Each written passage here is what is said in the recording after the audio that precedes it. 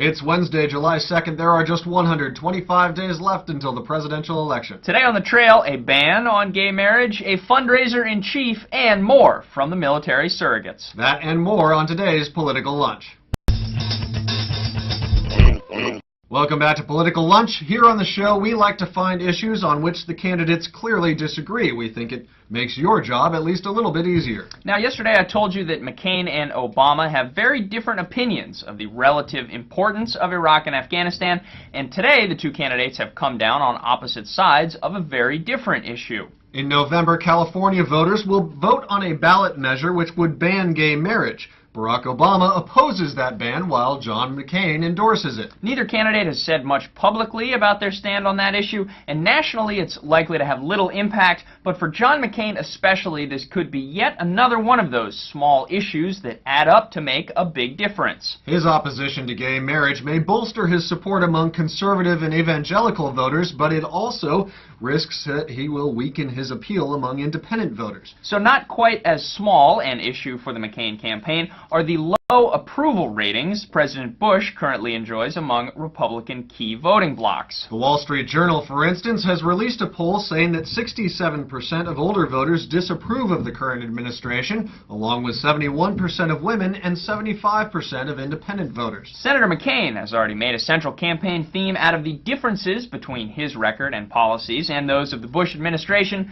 but those efforts are at least counteracted, if not completely overwhelmed, by the Obama campaign's often aired contention that John McCain is running for George Bush's third term. And of course for McCain it doesn't help that the president is also doing fundraising for a whole slate of GOP candidates, including John McCain. USA Today reports that Bush has made over 30 fundraising appearances so far this cycle, raking in more than $134 million on behalf of Republican candidates and causes. But if John McCain isn't doing enough to distance himself from the president, well, the Wall Street Journal is trying a different approach.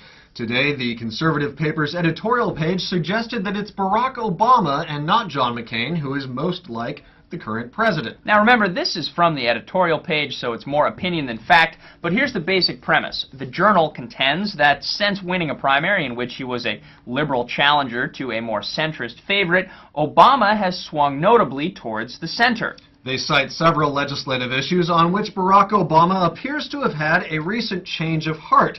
The D.C. gun ban, retroactive immunity for wiretapping telecoms, and support for free trade as long as it, quote, works for everybody, when once he pledged to rewrite NAFTA himself, and, well, you get the idea. So, the editorial page gamesmanship aside, on the trail we're still slogging through a story that broke on Monday, General Wesley Clark's comments about the importance of McCain's military service. McCain has now called on Obama to, quote, cut him, that is Clark, loose from the campaign, but another Obama surrogate is not going to budge. That's right. Senator Jim Webb, a Democrat from Virginia, a Marine, and a former Secretary of the Navy, commented on MSNBC yesterday that McCain should, quote, calm down and not be standing up talking about his political views as if everyone in the military supports them, because they don't. That's a valid point, but at the same time, the Obama campaign has yet to prove that they can score any points by criticizing any aspect of John McCain's military record. And they won't be able to, at least for the next few days, as John McCain has left the country and political courtesy, if there is such a thing, prohibits direct challenges to your opponent while he's abroad. McCain will be in Latin America to talk free trade and some hope human rights